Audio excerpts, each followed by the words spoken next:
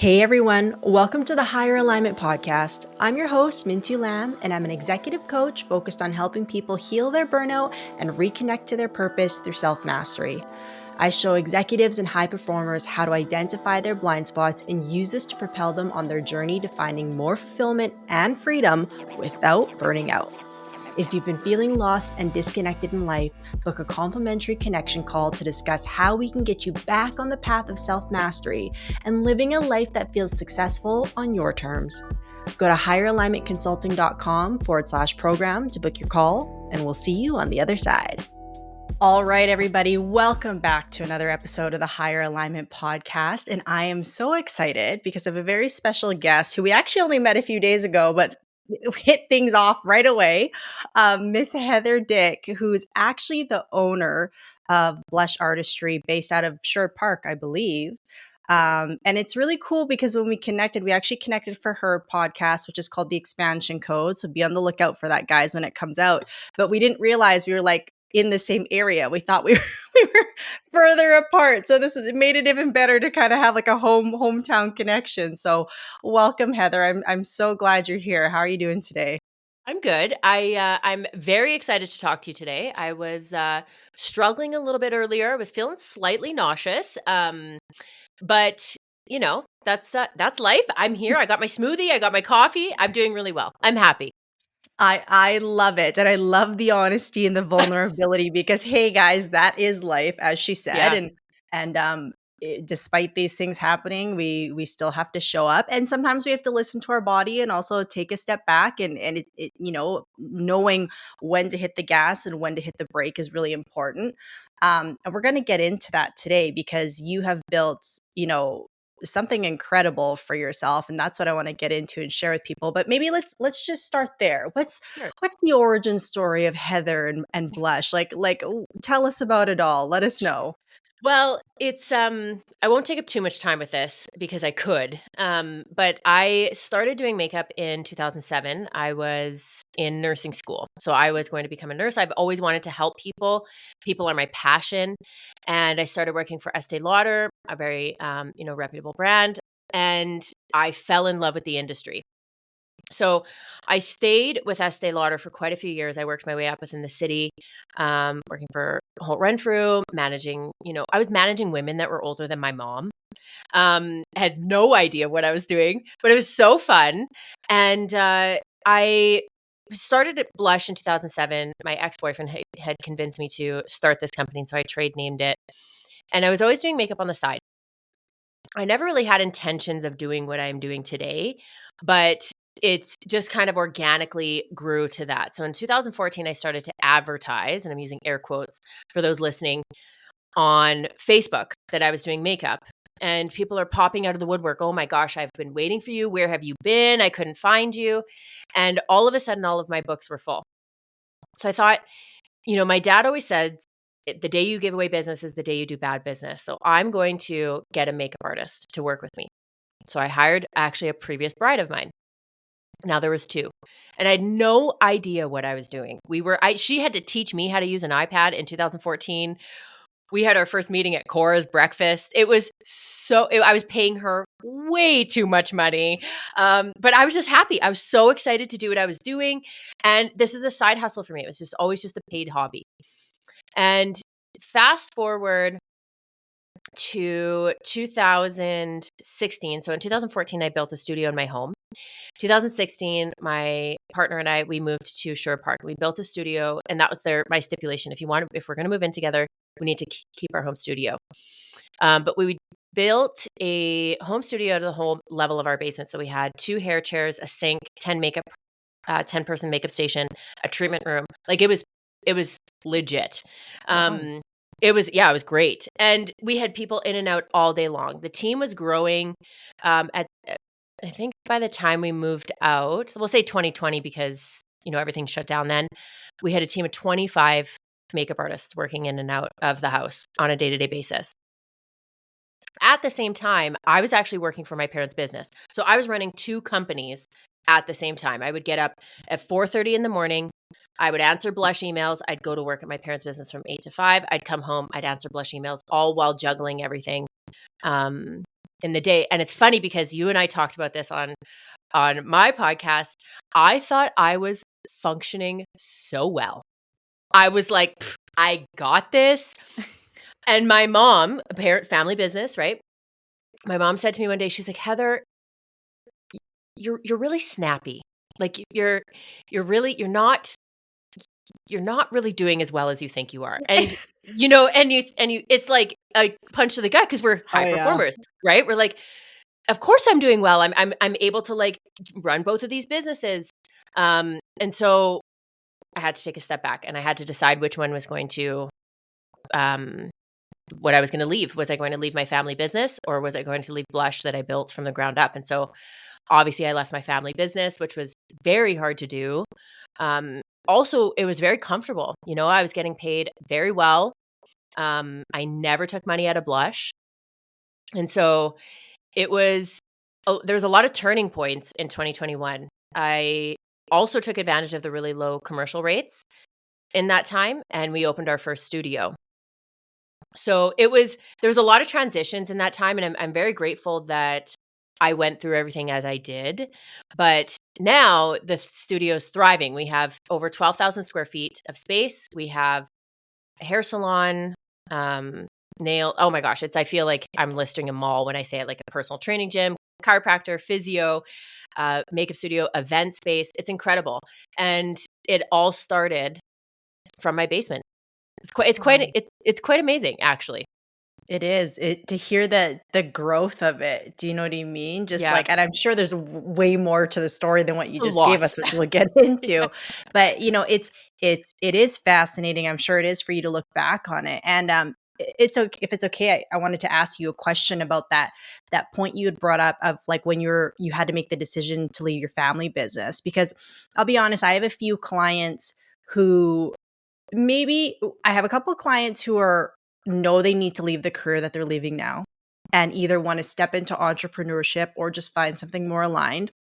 I also have clients who are at a point where they have certain clientele that they know just they don't want to be working with anymore, but it's a source of income. It's a source of someone they've been working with for so long. And so like I would imagine there's some similarities, but like what was your decision process when you had to make that decision? Like, how did you decide? Like, because you mentioned it was comfortable, you know what I mean? Like, all the things I think most people deal with when they've been doing something for so long and almost are like, I know I went through this when I left my last career. It's like, okay, well, I'm the expert, quote unquote, in this field already. Like, I've built myself up. I know what I'm doing. I can do it in my sleep. And now I'm gonna leave to like start all over. Well, and you were already building, so you had some, but like probably running Blush full time probably seemed like a little bit of a leap of faith. So what was your thought process like during that time in making that decision? Well, honestly, Mintu, one of the really hard things is that I never set Blush up to make money because I was making money somewhere else. Mm, So it was thankfully making money. It was just getting banked into a bank account, but I never created that company to be profitable. I created it because I loved doing it. And so mm, now I had to shift everything. I had to start looking at profits. I had to start looking at it like a real company. And that was terrifying. Not only that, now I had to pay myself. Like, that's scary. I never took a paycheck, ever, ever. I would put things through the company, but I wouldn't ever take a paycheck. So it was absolutely terrifying. And there were multiple times where I was like, I don't think that this is not the right thing I should do. I shouldn't be doing this. I need to stay at Cougar. I need to collect my check. I need to just be comfortable. But it wasn't working. So it was like I literally either one or the other. I was forced. It was a forced hand. I had to make a mm, decision. And I wasn't about to give up Blush that I had worked so hard for. It also wasn't in a position to sell it because, like I said, I hadn't built it that way. mhm. Um, and so there were a lot of sleepless nights, like the building a commercial space. It was there was a lot of times where I thought, like, what am I doing? Like, am I even qualified to do this? Can I even do this? Is this going to succeed? And but then I would have to coach myself because I've had lots of coaches in my life, and a blessing. I've had many um, anxiety attacks to get me there, though. Uh, I remember saying to myself, "The worst that happens is I go bankrupt. That's the worst that happens." You know, I'm not dead. I'm still alive. I still have my boyfriend. I still have my family, and I would have to coach myself that way. I also had a huge nest egg that was just sitting there that I just pretended wasn't there. Mhm. Um, but the decision to actually do it, um, it's one of the scariest things I've ever done. Yeah, for sure. It was like jumping off a building without anything attached to me. It was terrifying, terrifying. I'm so glad you said it that way because I think people have like if you listen to business conversations, people will say like, "Oh, it's scary," but then they're like, "But you just got to do it," and it's like yeah, you do just got to do it, but there's Yeah. a very real fear, anxiety, overwhelm, sleepless nights, questionable nights that comes up, and the reason I'm glad you said this and I want to highlight this is because like that's actually a normal part of the process. But I think what most people do is they look at those and then they look at that as a reason not to do it. They Mhm. look as a reason to stay safe and stay comfortable. But it's like, as shitty as it feels in the moment, like that shows you're on the brink of growth. And it's like you can't really grow unless you have those moments, right? Hopefully you can process them and manage them in the best way possible. And I love what you said about like the worst case scenario is I go bankrupt, which sounds scary to a lot of people, and it is. Sure. Yeah. But you also said, "But I didn't die." And Yeah. that's like my slogan with my clients. I'm like, "But did you die?" And it's Okay. like it sounds cheeky, but it's true, Yeah. you know? And we make up these fears in our heads which are valid and feel real, but man, do they take a hold of us sometimes, you Mhm. know? Well, and with my last expansion, so Blush started as 4,700 square feet, the commercial space. So think about even that. I went from a 700 square foot basement to 4,700 square feet. I had no idea how I was going to fill that space, but I built a great reputation in the industry. People were lining up to work at Blush. Blessings, like um, I'll give myself a pat on the back for doing well in that regard. With our last expansion, taking over 8,000 square feet next door, it was insanely uncomfortable. I was not prepared to do it. I didn't It was more like taking an opportunity that had come to me instead of, "Okay, you know what? Now's the time to expand." It was like, "Listen, if you want to expand, now is the time because this place is empty." So, I didn't have that nest egg. I just finished building a $70,000 spa in Blush, cash. Um, and then all of a sudden, this opportunity to take over the space next door, knock out a wall, build our portfolio was presented to me. And there were times, and I'll say this, and if any Blush girl is listening to this, we made it through, so don't be scared. But there were times where I do payroll every week. I was like, fuck, I don't know if I'm going to make it. I don't know. All right, if you're a burnt out executive or high performer, chances are you're on a 3 to 4 month cycle of burnout, meaning the first few months you're high energy, productive, and making it happen. And then once that third or fourth month sets in, you're exhausted, irritable, snappy, and ready to give it all up. Now, there are two main reasons you get stuck in this cycle that no one talks about when it comes to stress management information out there. So I've put this together in a short video called The Real Reason You're Burnt Out.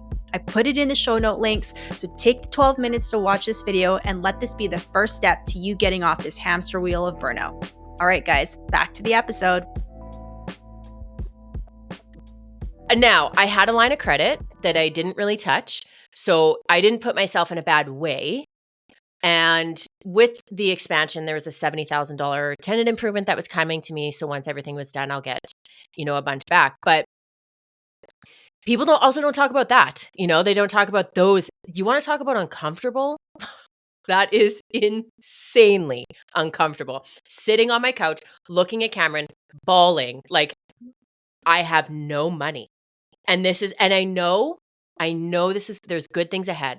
I am trusting that. And this is all for the greater good. And we're going to build Blush and its brand and the company. But holy smokes, this is not easy. It was like, one of my big security things is having money in my bank account. And I felt like I was floating in space, not anchored down to anything. It was so scary.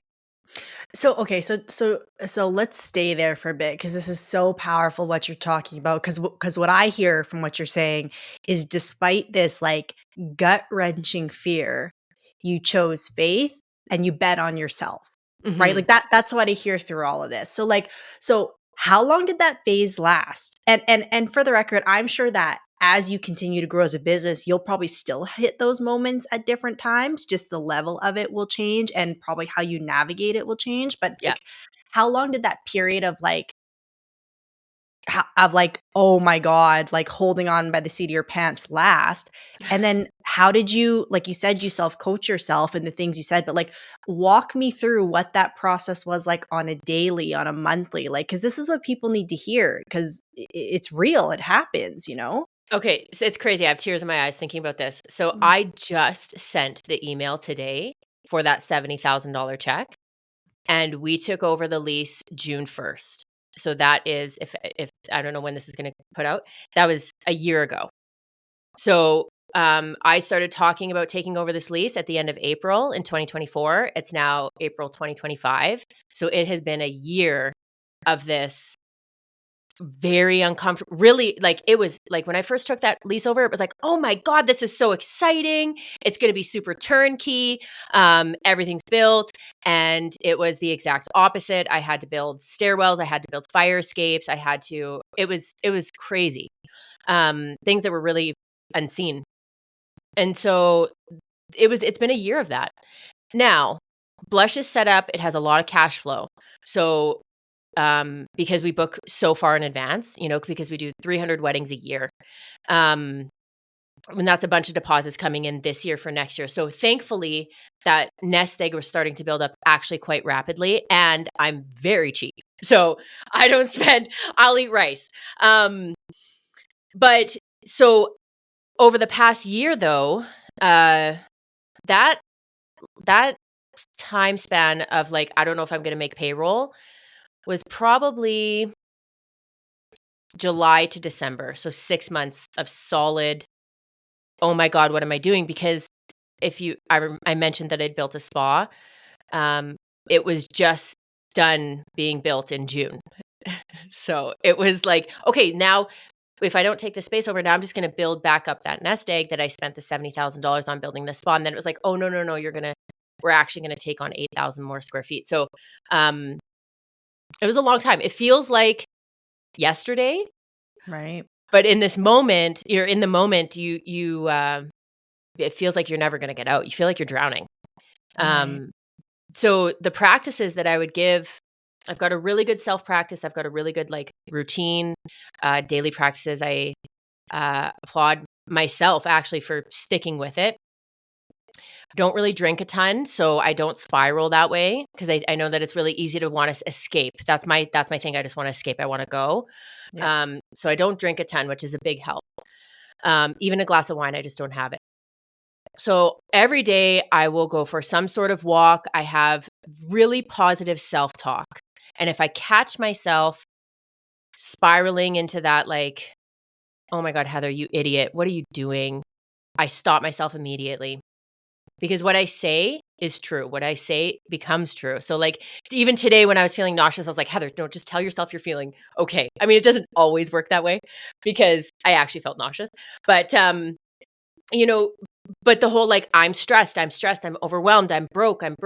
All of these things come to fruition, and they're proclaiming um, sentences. Mhm. So I would every single day, I would get excited when I made payroll. I would get excited, like, "Oh my god, I was able to do that. That's incredible. I can't believe this. I can't believe that I was able to do this without having to take a loan." And that's like clout. I could have easily taken a loan, like, it's people take loans all the time. Um, but the having a really good support system around me helps as well. And I don't think people give enough credit to the people around them because, Cameron would sit on the other end of the couch with me and he's like, "Heather, you're in it. You got to get through. You're going through it, and you'll come out the other side and it'll be great." And just having perspective too, you know. Um being able to go from 4,000 square feet to 12,000 square feet now, like, the opportunity is incredible, but it could be crushing, if I allowed it. If I was that type of personality, I would have been crushed probably 6 months ago, and wouldn't have continued. But what am I going to do? Break a lease? Right. Well, I mean, yeah, right. From a logistical standpoint, that's true. But what I loved you mentioned in there is the fact that like you took the time to celebrate those wins when they came up. That's a Hmm. constant conversation I'm having with people where I find like high performers, they almost feel like they shouldn't celebrate them because it just should be. You know what I Right. mean? Like you could have just easily been like, well, I should be making payroll. I should. Hmm. So then when it happens, you're like, oh, there's nothing to celebrate. That's what I quote unquote should be doing. But that like robs you of any joy in life. Hmm. Like honestly, if you can't even give yourself a pat on the back for something like that, then you're probably not doing it in the big things either. And then it also keeps you on this constant chase of never feeling fulfilled.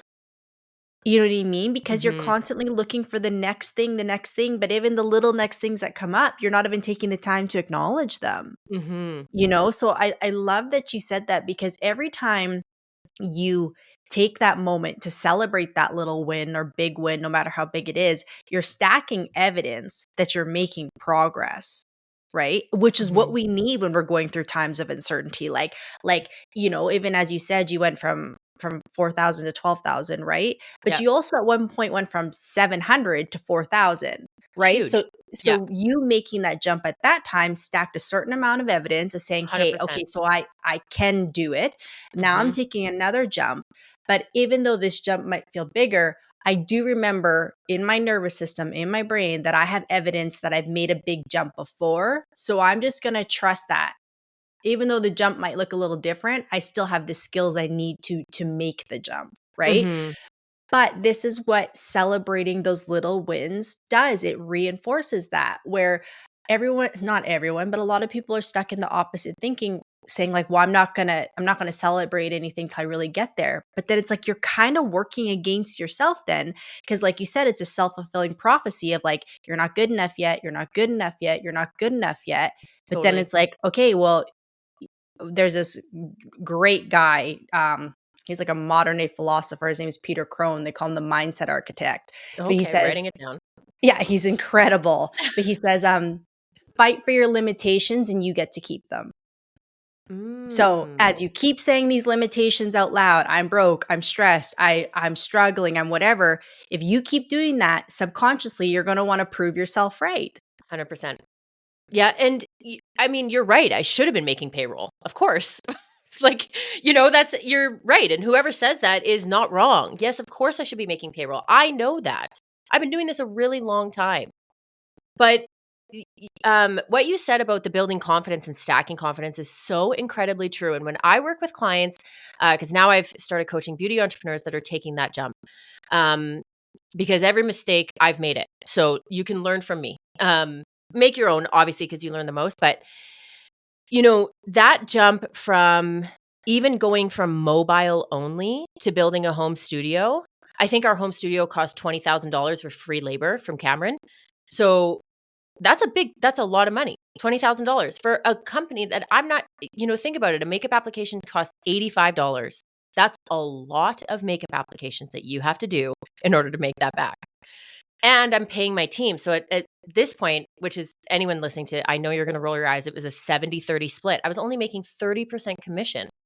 So, you know, that's a lot of services that you have to put out. So that $20,000 build out in the home basement, now I've committed to 4,700 square feet, and that build out was 180,000.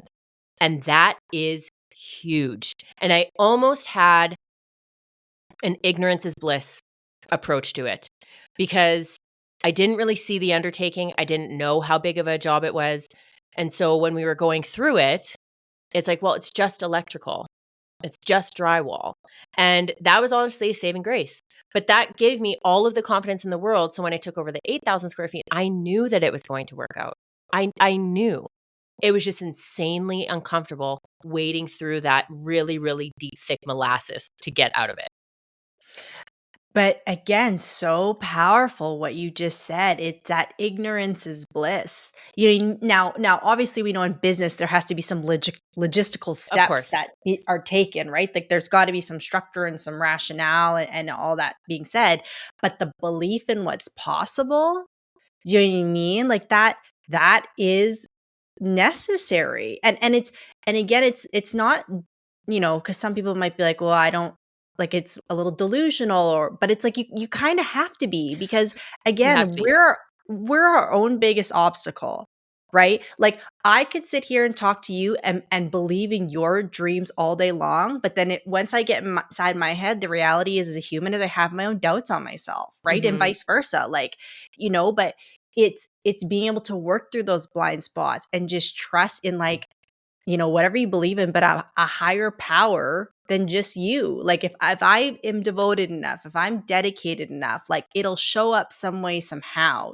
But Mhm. again, I love the fact that you're highlighting all this, because I think when people are at the start, when they go to try something, they have all the optimism, and then as soon as they get hit in the face with reality and, like, essentially your dues you got to pay to make this stuff happen, they start to doubt whether they should do it. But it's like, no, this is just this means you're on the right path, is the doubt comes up.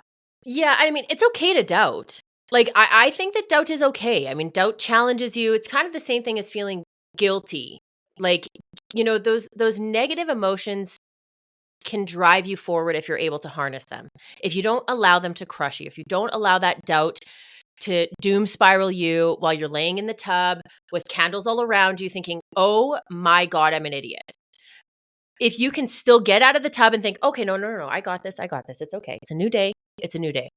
The doubt is okay because it'll challenge you to think of a different way, and it's going to make you think in a more positive way and push you through. I think that it's when we become our own worst enemy, and it's really easy to do. I will say also, back to the ignorance is bliss, being ignorant as to how big of a job it is, I think is helpful in the sense of, like, if you were to build a house, you wouldn't want to count out all the screws that you needed.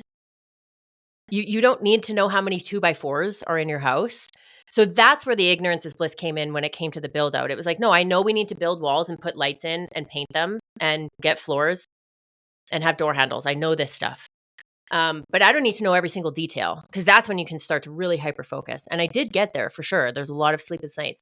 But you do have to be good with money. I will say that. You have to be good with money. You have to pay attention to your invoices, your ins and outs. I mean, that's basic business, and I think that I don't want people to think like, I'll just throw caution to the wind. It's gonna be okay. And it's not really. That's how I see people fail.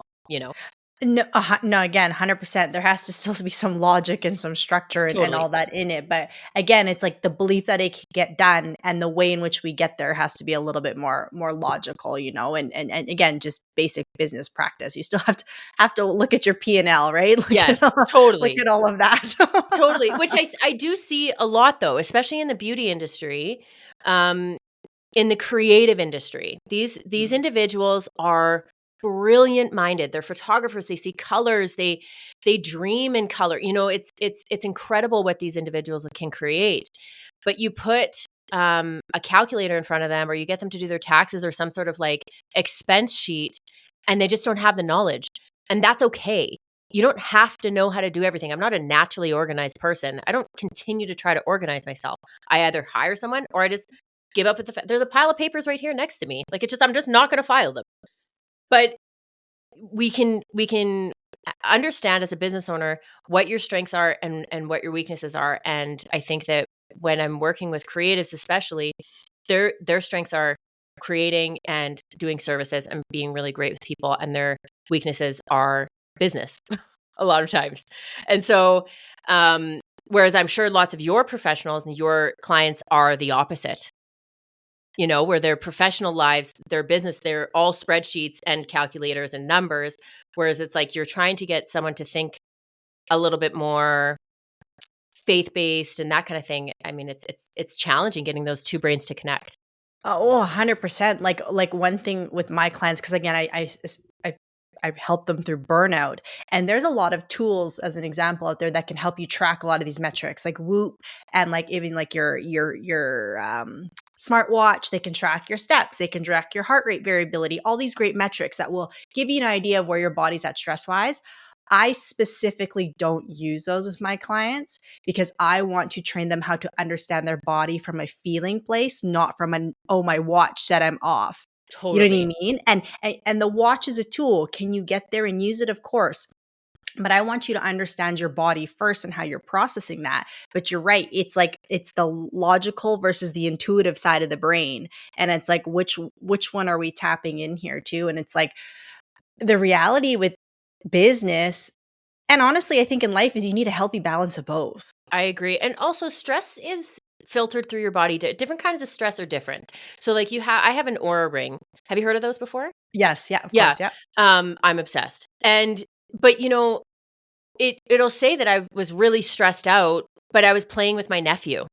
So Mm, no, I wasn't stressed. I was high energy. So mhm, I think mhm. that you're exactly right. I think we pay attention to the wrong metrics sometimes when we're measuring like, oh, I'm actually really restored. It's like, well, no, you're actually in like a burnout phase and you're not moving off your couch.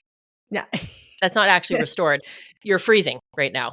Right, right. But that exactly it. It's like it has you have to spend time with yourself to know that, right? You have to spend time understanding your own machine and your own instrument so that when that comes up, you can actually make the right call for you, you know? Hmm. So, And um I'm just going to say when I'm going through these build outs in these commercial spaces and expanding at the beginning specifically, I remember feeling like that, like deep, deep anxious all day long. I would have really bad road rage. And honestly, it was worse than when I was doing 2 jobs because now there's so much money on the line. It's like and everything's on the line. My livelihood's on the line. And I remember I stopped meditating. I stopped doing everything that helped me along because I was too busy. I was too busy to do this stuff. All I could do was go to the gym and then just hit the ground running the minute I woke up. And it's funny now that I have those system recognition where it's like, "Oh, whoa. Oh my gosh. Wow, I'm stressed. I got to sit down for 10 minutes. I can spare 10 minutes. I'm just going to sit here or I'm going to lay on my bed. No sound, nothing. I'm just going to lay there." And that takes a lot of practice. That takes a lot of recognition. Also, it takes um, a lot of meditation to understand what happens when you don't meditate or when you don't sit in silence. It's like eating salads and super, super healthy food for 5 years, and all of a sudden you're like, "Ah, screw it. I'm going off the deep end. I'm going to drink alcohol and eat McDonald's every day." You know how it feels to feel good. yeah, because then you have a different vantage point, right? And then oftentimes I know I did this. I looked back. I'm like, how did I live my life like that Yeah. for so long? Like, how did I function like that? Like when I look at my last career, like, oh my god, like I don't know even how I did it but I also didn't know anything different. Right. Right? So and exactly what you're saying is so important. I take my clients through that all the time, but like you'd be surprised. Well, you probably remember, but same thing. When you first start and you structure in those 10 minutes, like I make my clients at the beginning like schedule it in, set an alarm because I'm like, when you start to like schedule in these 10-minute breaks, I said, yeah, it doesn't sound like a lot. I said, but as soon as that 10-minute break comes up, your brain's gonna go, we don't need this. Why are we Mhm. doing this? We've never done this before. You can keep working, you can power through. I said, so it's those alarms and those reminders are to override that, you know what I mean? Mhm. So that you can avoid the burnout. So you can get to a place where you know how to manage the stress better. So you have a bigger capacity to take on the bigger role or expand or whatever you're doing, you know? So Yeah, it's oh, tough. and it's also constantly like it's a constant like work in progress. Like Mhm. my routine now is different than it was 6 months ago, is different than it was a year from ago, but I allow it to adjust because I'm constantly listening to what I need. You know what I Mhm. mean? And the truth is there's seasons and cycles and everything. And you know, the better you become in tune with listening to them, the better you can run your machine, you know? So Yeah. Do you ever, look at Ayurveda at all? mhm, yeah, Ayurveda yeah, practices? I think yeah.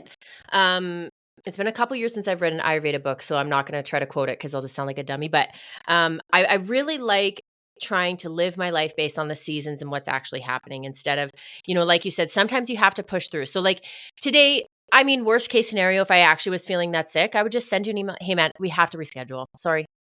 I'm not gonna sit there, I'm not gonna, like, b feel I'll feel bad, but, like, man, there's so many worse things that can happen than having to reschedule a meeting, Of you know? course. Of But course. we don't have that, and especially in the professional, in the corporate world, we don't have that recognition. We think like, "No, this is the worst thing that could happen.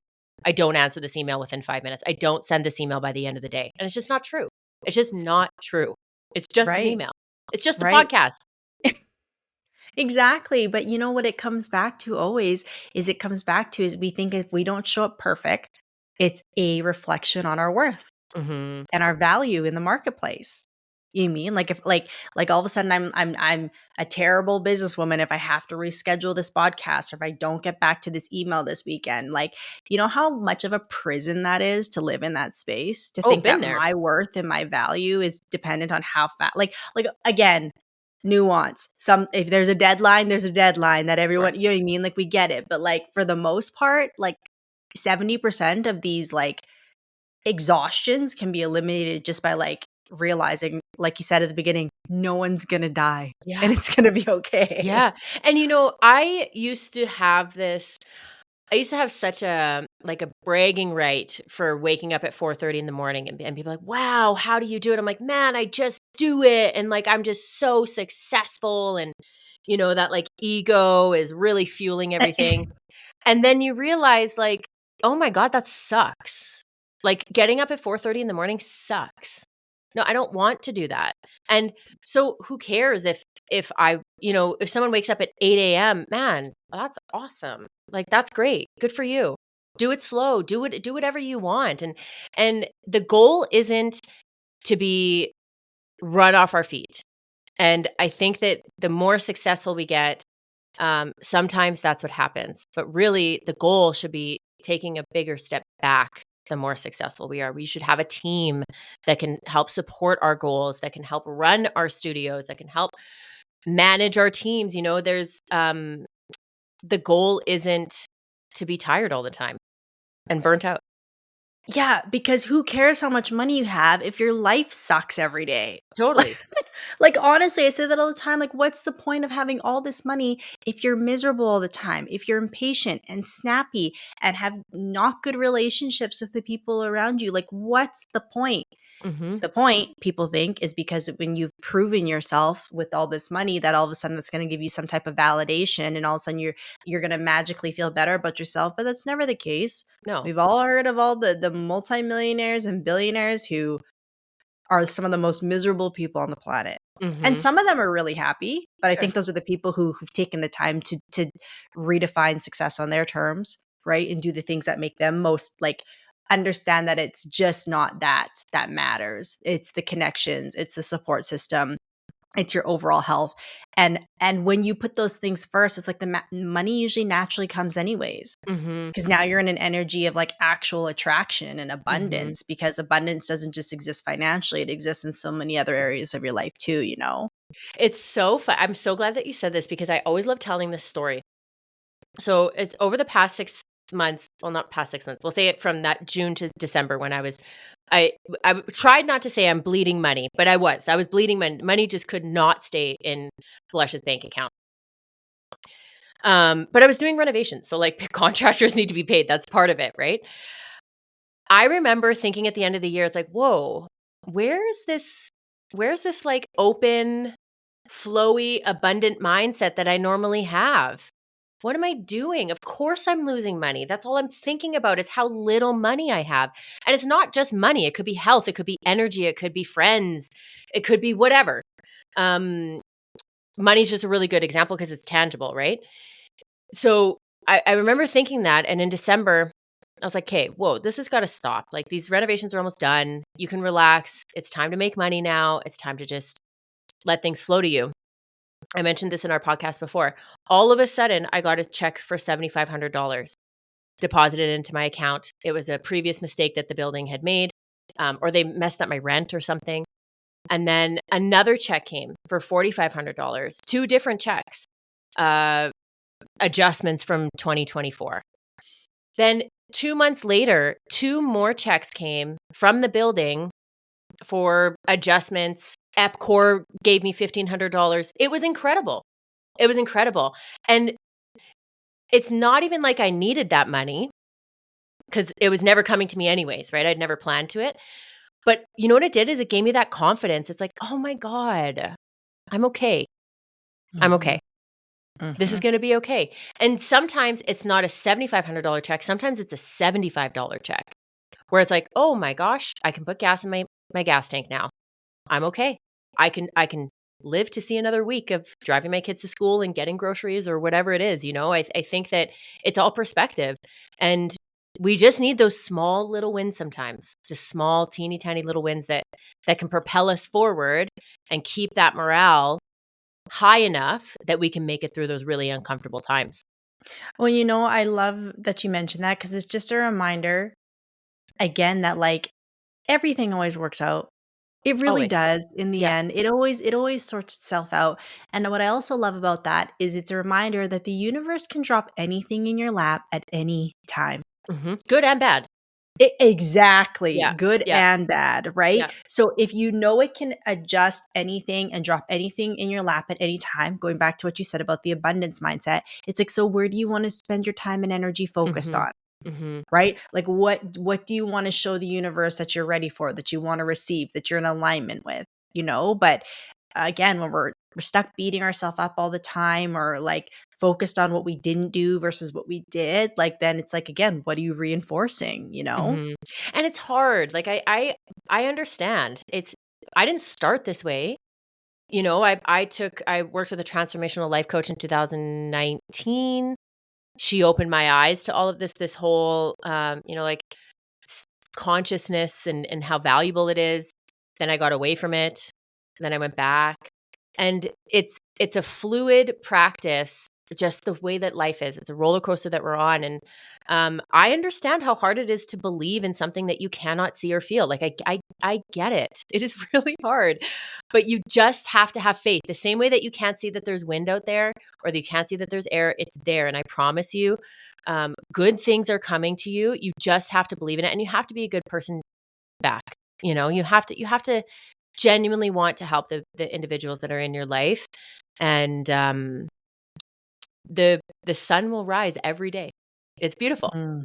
Mhm. Yeah, it's so true though. It will. It will as long as you're looking for it though too. Yep. Right? Like if you're waking up in the morning and you're looking down at the pavement versus up in the sky, like you know what I mean? That's gonna really dictate what your view is of the day, Yeah. you It's hard. know? It is hard, and I don't wanna, like I understand that if someone is in, like, a really, really hard way, they might think that it's a privileged opinion that I have.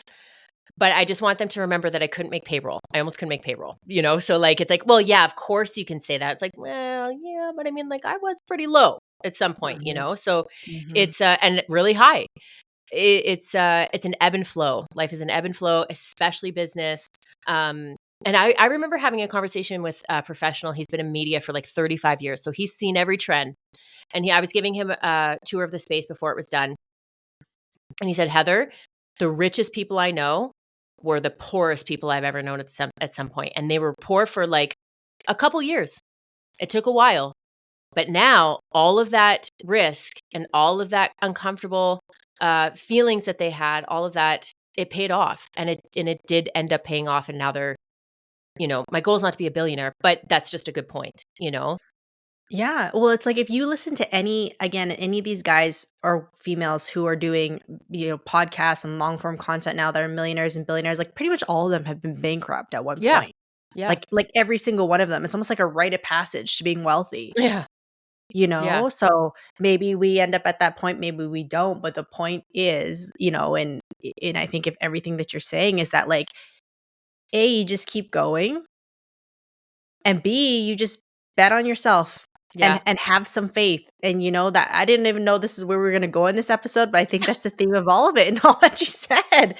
It's It. just like, honestly though, but it's like despite the turbulence, you just gotta have faith and it all works out. Sometimes it's Hmm. as simple as that.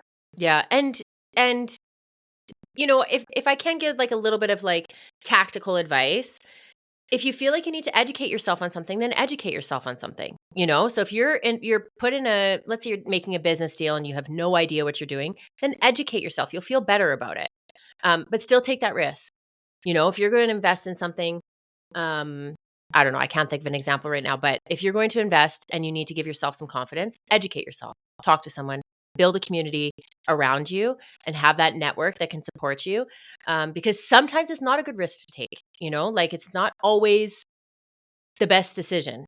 And, but just because it's uncomfortable doesn't mean it's wrong. I love that. I think that's a great place to finish. Just because it's uncomfortable doesn't mean it's wrong. In fact, it just means you're growing. That's right. Really, that's what it means. So this was incredible, Heather. Another great conversation that Thank we've you. had. So thank you so much. So before we finish up here, please let people know what you got going on, where they can find you.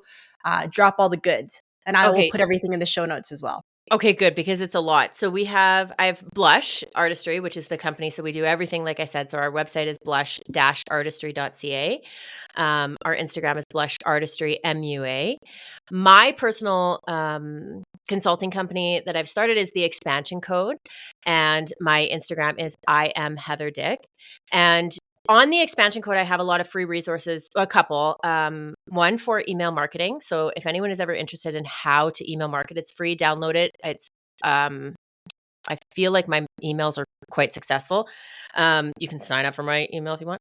And a studio. So how to revamp your studio, build a studio on a budget while still maintaining a lot of style. And I think that those are free resources are great. People, even if you just want to check it out, get a feel for me.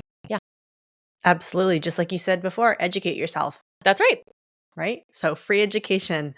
Okay. Amazing, Heather. Well, thank you so much. And everybody else, we will see you in the next episode. All right, guys, thanks for tuning into another episode of the Higher Alignment Podcast. If you got something out of this episode, I would ask that you please go subscribe and leave the podcast a 5-star review so that it can help find its way to other people who are having a hard time and need support. My mission in life is to help executives realize that you don't need to suffer in silence while still performing at a high level. I want to help free people of the heavy pressure they carry on a day-to-day basis, and having more people listen to this podcast will do just that. So wherever you listen to this, please go leave it a 5-star review, hit subscribe so you never miss another episode, and we'll see you in the next one.